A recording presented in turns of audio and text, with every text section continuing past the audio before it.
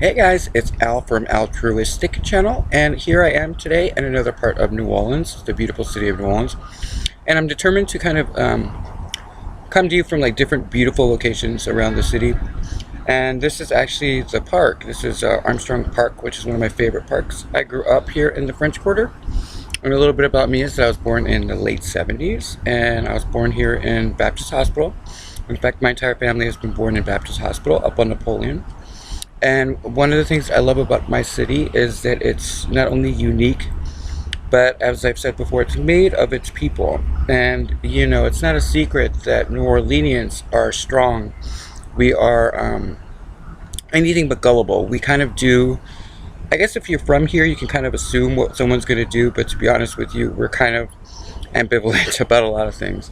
And we have survived so much in our lifetimes that it takes a lot to shock us. I mean, between the depravity of the Mardi Gras situation, then Halloween, which is our favorite holiday, to the way that we bury our dead and the celebration of life that we rejoice in. It's really hard for us to kind of be pigeonholed into any type of one personality type. But I will say that when it comes to a little bit overly aggressive, I'd say we were definitely New Orleanians. And if there was a motto for a city, I think for New Orleans, it would kind of be, I'm not the one. And that's pretty much universal for everybody from New Orleans. If you were a New Orleanian, you were like, I am not the one. You know, test me once, it's going to be the end of you. Test me twice, and it's going to be the end of me, because I'm going to be going to jail. And so that kind of bravado is something kind of citywide, and it's something that I hold really dear to my heart. But, you know, with the sours comes the sweets. And, like, look around. This is a park right outside the French Quarter. And if you were able to be here, you would see that it's a beautiful lake-type environment, a lagoon, if you will, full of ducks and all these sorts of animals. It's just a beautiful location here in the French Quarter. And one of the great things about New Orleans is that the way that our demographic works is really odd. So you'll see, while you're in the French Quarter, you'll see these huge, massive buildings that didn't used to exist. And if you're from New Orleans, you remember the days when Tidewater was the tallest building in the city, and that's on Canal Street. It's now LSU. I have my issues with LSU only because I love LSU, but as far as a med school, I'm still going to Tulane. Like, that's just a New Orleanian personality. I hate to say it, but I love LSU, and I think LSU probably has a really good program. But as someone who, you know, looked around the country for a good pharmaceutical program, if I would have been a med student and if I really had gone for my PA program, I would have gone to Tulane. Sorry, I'm just saying. But anyway, LSU is now the owner of the old Tidewater building. And if you remember the history of New Orleans, it's kind of interesting. We sink every year, and so we were unable to build anything above the 24 mark. So it would be 24 floors, and then obviously the 13th floor would be vacant.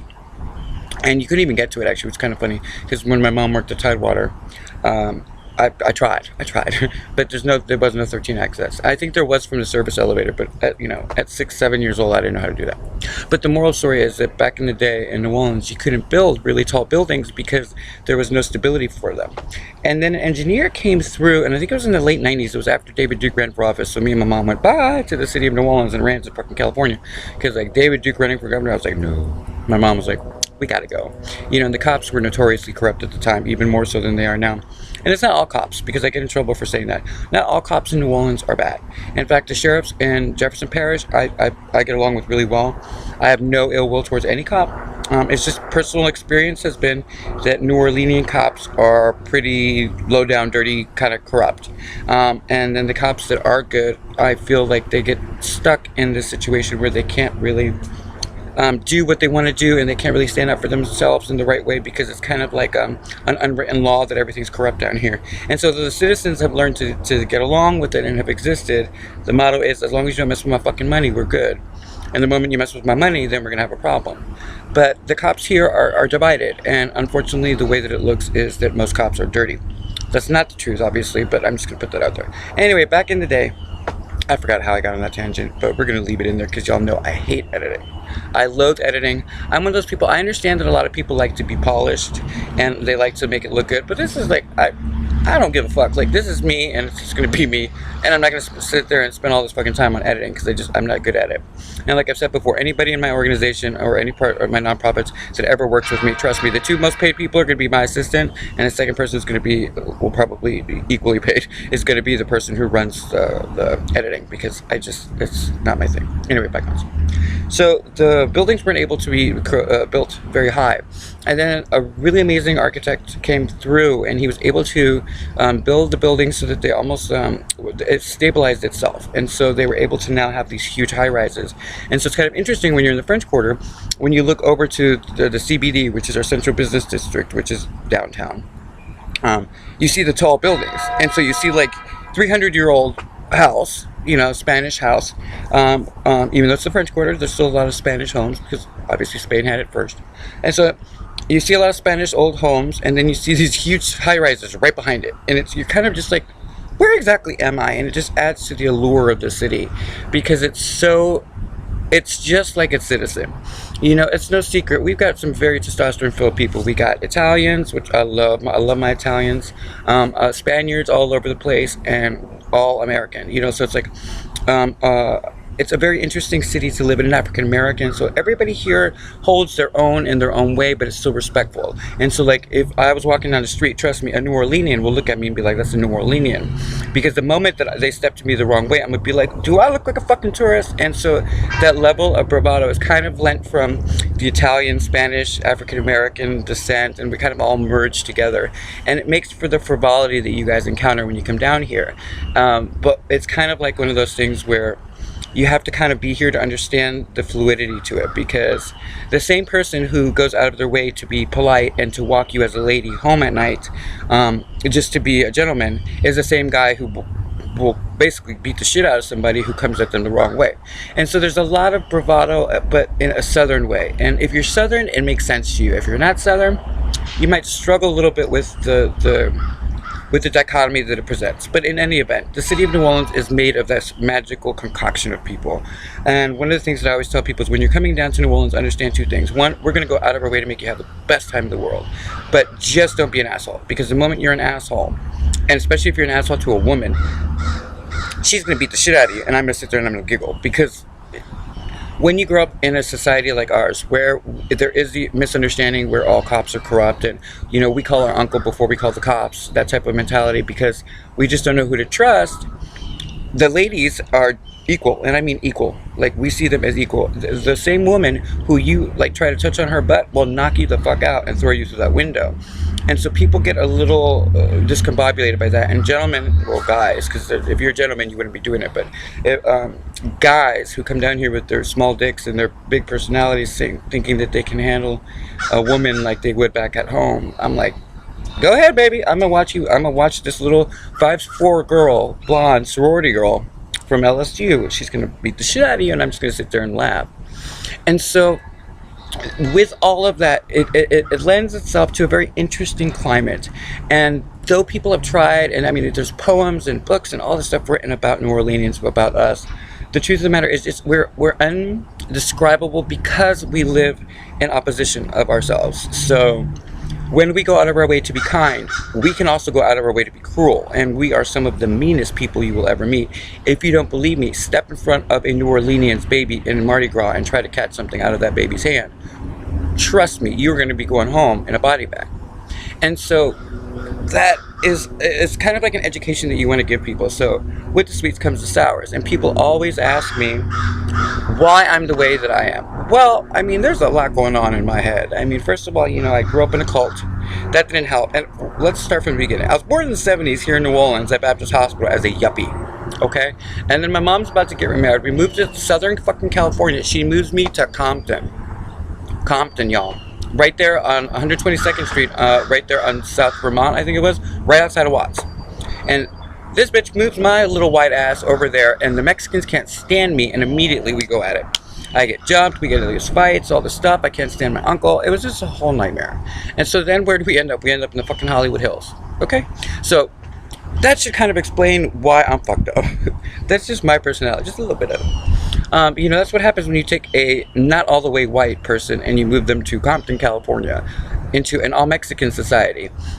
Because see, like me and African Americans, we get along great because I have never looked at them as anything but equal, and they are not.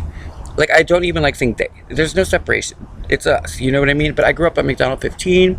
For those of you who've ever been to the French Quarter, you'll understand what school that is. It's me and Lee Harvey Oswald. They're two most famous people out of that school. And it's located right there on St. Philip and Bourbon Street, actually by Lafitte, which is Lafitte Blacksmith, which is one of the oldest bars in the country. I believe it's actually the oldest one, but I'm not sure on that.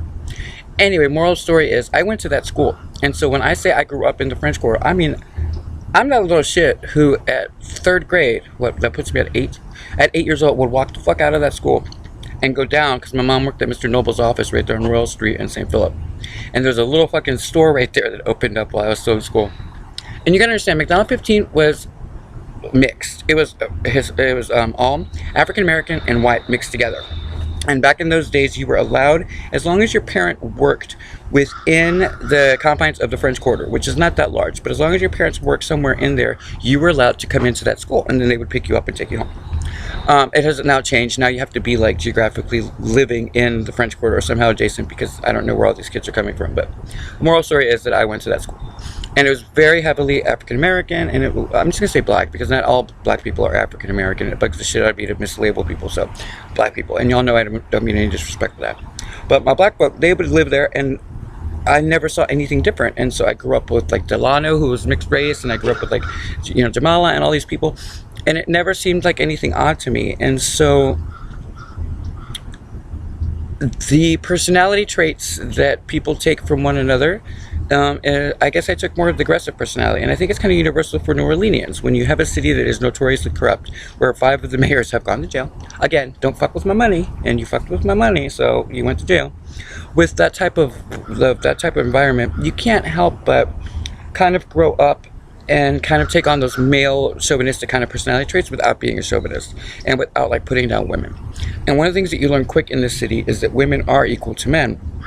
And they show it. And it's not like an aggressive, passive-aggressive thing. It's like they are in your face, like, what the fuck did you say? And like, it's an equal playing field here. And so it makes for a lot freer environment. But then you take that personality and you move it to fucking California, where they're all politically correct and two-faced, and not everybody, I mean, don't get me wrong. But for a New Orleanian, I'm looking at these motherfuckers like, I'm gonna fucking beat the shit out of you, and I'm gonna be just fine. Like, why are you like so too? I didn't understand. And so that led to a lot of confusing things. And then I ended up in a cult by the time I was 13, and then I didn't go to school, and it was like this and that. And so I'm a self-educated man. I went to college, all this stuff on my own. And it just took a lot more to get me to where everybody else seems to be. And now at 40, I seem even more lost to most people, but I'm more found than I've ever been, because I don't give a flying fuck no more. And I think it's one of the freedoms that my mom used to warn me about. She used to always say to me, she used to go, because I'm overly very direct. I'm an exceedingly honest person. I don't give a fuck if it hurts your feelings or not. If you ask me if you look fat, I'm gonna say, yeah, bitch, you look fat. We're not going anywhere until you fucking change your outfit. And that's just the way I am. You know, and then and to that point, I'm even a little bit worse, I think, because the fact that you're that needy and asking me to tell you how you look, then immediately I'm going to be even meaner to you, because it's just like, why? Anyway, bygones. I say bygones a lot, but it's just who I am. So, but I forget what the hell I was talking about now. See, sometimes when I get talking, I just keep going. But anyway, the moral of the story is that when you have that level of personality, my mom used to always say to me, she goes, I know that you're exceedingly honest, but at the end of the day, you need to understand that it's only going to get worse. And so last night, I was talking to my ex-husband, if you will, Mr. Kenny. And Kenny and I have been, all of my exes and I are really close friends. One of my exes and I, we have a tumultuous relationship, but it's kind of like, it's always usually a misunderstanding and not directed at him, but people take it personally. So, and I love him to death, so, you know, it is what it is. But with my ex-husband Kenny, we were talking last night, and I'm just letting y'all know, at 40, neither one of us give a flying fuck. The other day, he got written up twice at his work, and I could give a shit. Like, at this point, I say it like I mean it, and I don't care what you remember. I don't care. If you fucking here's the worst part, and I'm rambling, but I'm going to leave it like it is, because it is what it is. But one of the worst things about being a New Orleanian is that you learn the levels of danger, and you learn to calculate what your risks are. And it's almost like a strategic point, which as a strategic leader is a good thing. But on the bad side, I don't feel the physical pain if someone punches me. The endorphins are rushing too much, and I've gotten in enough fights in my life to understand that I don't feel it. So the threat of you physically touching me does nothing but let me know that I'm gonna knock you the fuck out. And the problem I have is that I get thrown if it's like a really tall, like 6'4" motherfucker who thinks he's all big and bad, and I'm only 5'6" and gay. And I'm looking at him like, all right. And so like the first time they hit me, I don't feel it. So immediately I have full range to knock you the fuck out. And so if you flinch, it throws me, because it's like, I don't flinch. I don't understand the whole flinching thing. And so that's another layer of New Orleans. And it does not matter if you are white. It does not matter if you are Hispanic, if you are Spanish, because there's more Spaniards here, by the way, guys, than there are there's like very few Mexicans down here. And it's not, it's not like we did anything, but it's just, it's not their thing. It's super fucking hot down here. And, there's a lot of Spanish people who are a little snooty, and we're just kind of like, oh, motherfucker, 6 to a fucking house. You better get out there and fucking work. And so there's like that internal racist stuff that happens. And it's not just us, like all minorities have this internal monologue that goes on. It's not right. Let me tell you, it's not right. Because like when I was in California, I couldn't be right if I tried. Like I was not Mexican enough. I wasn't dark enough. I wasn't this and that. I'm as white as you come. Like I am, well, wait. That sounds gross. But yeah, I'm as white as you can fucking come. Like I'm just saying right now. And I didn't mean it to come out that way, but you know what, it is what it is. But I am. And so like if you, like I tan, like this is me outside right now tanning. And it's earned. But I'm not dark. I'm not a dark person. I'm Spanish, so it's like dark features, light skin. And so all of this is, like stuff I had to do. But the point is that like if you're lighter, or if you're a mixed race, and I've talked about this, there's almost like a double-edged sword to being you, because you somehow are put in a position where you have to denounce one part of yourself or another. And I'm like, don't fucking do that. Because the moment you do that, just FYI, I spoke about this on a popularity thing. When you do this in front of someone who's popular like I was, the immediate thing I do is immediately I have an issue with you, because I know you're fake. So you're losing for losing. And then the worst part is that by denouncing the other part of yourself, you are literally hurting your mom or your dad, whoever the minority is that you're denouncing.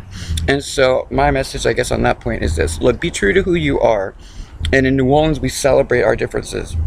And I'm blessed to have been born in this city. And I still live in this city despite the situations that I've gone through. Because y'all, I'm so honest. People say they want honesty, but in truth, they don't want honesty. Because I'm so honest.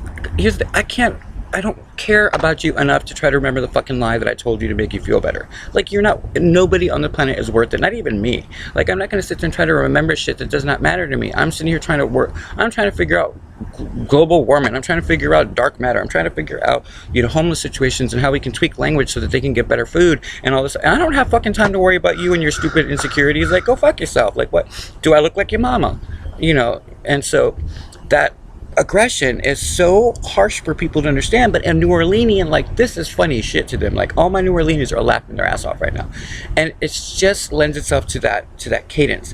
But when you denounce who you are in a city, especially like New Orleans, that is so driven by diversity and so much corruption and so much dark history, and some people who feel entitled, and that self-entitlement causes so much problems. But people who live here know what I'm talking about. I'm not going to go into it because, God, I say enough shit as it is. I'm like the Shannon Doherty with the dick of the South, I swear to God. And it's just because I say it like I mean it. And so that when people say to you that they want an honest personality, or in a relationship they want the honest, they're lying. Just FYI, they're lying. Because very few people can handle my personality. And if I don't like you, I don't fucking like you. I don't understand why I'm going to sit there and pretend to like you, in business or otherwise. And so, but I'm an INTJ personality, so I see the world a little bit differently than you do. And when I look at things, I'm not looking at the person, I'm looking at what the person represents. So if you walk up to me, I'll give you an example. If you walk up to me and you're dressed to the nine, and you are well put together, and you talk like I do, and you have this ghetto moment, I'm going to be your best friend. Because that means that you understand the dichotomy of life. You understand that there is an on-stage persona, and then the off-stage persona. And the off-stage persona is the one I want to get to know. The on-stage I immediately respect because I get it. I'm the same way. If I walk into I'm a bartender, or if I'm training, or if I'm doing motivational speaking, I mean, like, I do a myriad of stuff that I have as talents. that I can walk into and not even think twice about it. People carry me as very elegant, and some people carry me as very arrogant. Some people think I'm an asshole. Some people think I'm the sweetest thing that's ever, spread their legs. Like, I don't know. Like, it's just like I cross over all thresholds, and so I automatically am attracted to that personality. But if you come to me and you are dressed to the nine, and you start using words that you don't understand, and you're pushing and trying to represent something that you're not, I'm going to eat you alive. Because they always talk about this thing about, and I think it's cute, that the guppies and the sharks and the dolphins, and that some people are sharks and some people are... Motherfucker, I'm a fucking piranha. I don't know where y'all the fuck are at, but in New Orleans, we have piranhas and lions. We don't have fucking a shark. Ooh, fuck you and your shark. Like, we have like literal piranhas out here. And so... all of this is just what I'm trying to say is that be you, because at the end of the day you can only do you, and no matter what you do, when you denounce any part of yourself, you're going to have to redeem it at some point. And there's no worse person to redeem something than your parents. Like, I understand, like, you fuck up and you ditch school, or you drop out, or you get pregnant or something like that. That's all life lessons that you need to understand. But when you denounce entirely who your parent is because they're black or because they're Spanish, do you know what that looks like to the rest of us? And do you know what that must feel like for your parents? Like, there's no way of bouncing back from that. So kids, just do me a favor. If you're watching this, which I doubt you will, because nobody ever watches my shit, but if you're watching this, just understand that there is irreparable damage that you can do to your dynamic with your family. And it may not be that in your head right now, but I guarantee you that if you do what I've seen so many kids do, and do this, and be more white, or be more ghetto, or be more blah, or the other person can't help but feel personally attacked by it, and you lose that dynamic, and that connection is gone. You can't get it back, because forever they're going to be looking at you with the truth and the reality of the truth, which is that you denounced them, that you are embarrassed by who they are, and that is not okay. And in a city like New Orleans, you can't do that. And so, like, I would eat you alive. As one of the top 10, that's what they used to call us, top 10. One of the top 10, I would eat you fucking alive. It's just, there's no way around it. But I would explain to you why I was being so rude to you. You know what I mean? But no one really likes that level of directness. And so when I go out and I talk about stuff, I get so much heat. And so that's why I have to be a little bit more careful sometimes in what I say. But I finally came to the realization, which goes back to the you gotta be you. I really don't fucking care what you think. And at the end of the day, at 40 now, I fucking look amazing for 40. I don't need your approval, and it's something that happens with strength. And so it goes back to my mom. And my mom used to say, oh, you are so direct now, I can't even imagine you at 40. And so I'm like, I really have to watch myself now, because I don't feel the physical pain aspect of it. So your threats are absolutely do nothing for me. And threatening to fire me from a job, I'm just like, I'll go get another fucking job in 2 seconds, baby. Like, there's like a million of them out here. And it's not like an arrogant thing. It's just the reality sets in that at 40, you start to recognize that it's the same problems in different dressing. And you just start looking at it like, oh, not this fucking thing again. Okay, well, I'm just going to skip ahead. Okay, you can go. I don't need you. I don't need it. And it just leads to this very direct way of life. But having said that, I love how I go through so much fucking I just talk. And the worst part is I don't talk at all when I'm at home, so this is kind of hysterical. That's why I like bartending, actually. That's how I became a bartender. A lot of you don't know, but I'm actually an introvert. Believe it or not, I am an INTJ. And I really don't like talking to people.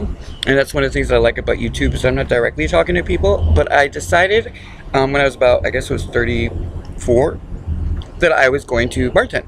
And the reason I wanted to do it, and this is such an INTJ thing to think, but I was like, I have to get over the introvert part. I need to get out of myself, and I need to engage other people, because INTJs like me are notorious for going down the rabbit hole and not coming out for like months. Like, I am perfectly happy sitting at home with my balls to the air conditioner, reading a book, or watching Chelsea Handler say something stupid on Netflix. Like, I'm perfectly happy in life like that, and I don't need anybody else to complete me. I complete me. And frankly, to be honest with you, my hand's a little quicker than anybody else. So I'm just saying that, like, as a self-sustaining person, I'm good. I needed to get out of that, and I guess it's a healthy thing to do, but I needed to engage that part of me, which was not interested in going out and meeting people, and I could care less about other people's personalities or opinions. Now, I have much respect for anybody who shows up, goes to work, does their job. Like, if you do your shit, I'm good with you. Like, we are solid like that. But if you show up and you're not doing what you need to be doing, and I'm taking more of the heat, I'm not going to say a fucking word, but trust me, you're going to know about it. And you're going to feel the heat, and I'm not a nice person. And so that all needed to marry itself. And so the only thing I could do is like, well, I need to fucking go bartend. And the only way to do that in New Orleans, because nothing gets handed to you here, even if you're in the mob, nothing gets handed to you, you got to earn it. And so I started off as a busser. I went from making mad money in California as an executive to fucking bussing tables here in New Orleans, because hospitality is where it's at, right? And so I am one of those people that I need to prove myself to myself before I take any ownership over shit. And so I needed to work my way up. So I started off as a busser at Huck Fans, which was an amazing company, and I really liked them. I even ended up busting a glass in my hand and getting like 9 stitches. It wasn't their fault. It was just, it is what it is. It happens. And then after that, I went to Lucky Pierre's as a barback, because it got me on bourbon. And that was from my buddy Adam and Jeff, and they were the managers, and that was the shit for a while. And then of course it all went to crap, and then it closed. And so then I got lucky enough to go work for Pam and Earl over at Tropical Isle, and I started off as doorman on Bourbon Street at the 400 block, y'all. So if you want to see a little gay fucking little Nazi motherfucker, I would be sitting there and Stephanie would laugh, my manager, because it was almost like a pledge week. And so I had to start off as a door guy, and I'd be working nights. And so at 2 o'clock in the morning, she'd cut the other guy, and we're open all night long. So it'd be 5 o'clock in the fucking morning, and my little gay ass is standing at the doorway, and these drunk Billy motherfuckers come walking up. And they're talking their shit, and they're running their mouth, and I'm just staring at them, and I'm staring at them. And finally I just go, it's 3:30 in the fucking morning, motherfucker. I'm 5'6", gay as can be. How crazy does that fucking make me? And the look of surprise on their face was priceless. And every single time I could hear Stephanie giggle from behind, because she just thought it was the funniest shit. And you know what I mean? Like, and so that's why I say I'm not the one. And that's where I'm going back with it all. New Orleanians are notoriously not the ones. But maybe having heard some of this, you understand kind of the dynamics that are at play. But just because we are heathens at heart doesn't mean that we're not some of the best people you're ever going to meet. And it keeps you guys coming back. And so, from all New Orleanians, honestly, I can't tell you how much we love you guys, and we love people coming to visit. And as a bartender, a lot of you know me. I have a really good Yelp following. The book is finally starting to pick up, which I think I didn't even know the book was going to start moving again, because I thought the book was dead. And now all of a sudden, a dual purpose is starting to move on Amazon, and I just was like, all right, well, maybe I just shouldn't look. And so I'm just letting it ride. Go ahead, do your thing, baby, because that tells my story. But from the bottom of our hearts of New Orleans, as aggressive as we are and as apprehensive as you are sometimes in dealing with us, just understand that we do value our visitors, and we love you guys so much. And when we bitch and moan about Mardi Gras, it's not y'all. It has nothing to do with y'all visiting. It has to, because y'all are money, right? It's our money. But it's a respect, because we tell you where not to go. We watch your back. We make sure that you're not, you know what I mean? You're not going to find this in big, large metropolises. This is specific to New Orleans. We're not going to fuck you over. And if we do fuck you over, we're going to tell you how we're going to fuck you over. And then that way you can make a decision if you're going to get fucked over or not. So it's very respectful. But, you know, like Mardi Gras issues have nothing to do with y'all. Mardi Gras issues have to do with traffic and me not being able to get anywhere and not having a day off for 2 weeks. And if I'm even late, you get fired. I mean, like, it's a whole different ballgame down here. So just understand that from us as New Orleanians, diehard New Orleanians that we are, if we come across really aggressive to you, maybe take a moment and step back and think about what I've said so far. Understand the dynamics and what's at play here in this wonderfully beautiful city of New Orleans. And look at this park, and look at the beauty and majesty that exists, of course, in the United States, but in the deep South. It is freezing everywhere in this country. And look at me, I'm almost in a tank top. I'm about to be in a tank top for the next segment I'm going to shoot. But I wanted you guys to come out and see a little bit of the beauty in New Orleans, because it's just like its citizen. It's layered and it's complicated, and if you get to know us and if you take the time to just kind of listen, you may find some stuff out that you never knew. And this is kind of piggyback on the fact that I kind of went after big businesses the other day, because I got really annoyed with the fact that people think that they can come into New Orleans and tell us how we're going to change and tell us how their business is going to run. And I'm just like, no, we haven't changed in 300 years. Why the fuck are we going to change for you? But having said that, I also wanted to represent the best part of us. So, signing out for Altruistic Channel, this is Al. I hope you guys have a great week. And let me know if you have any questions or comments.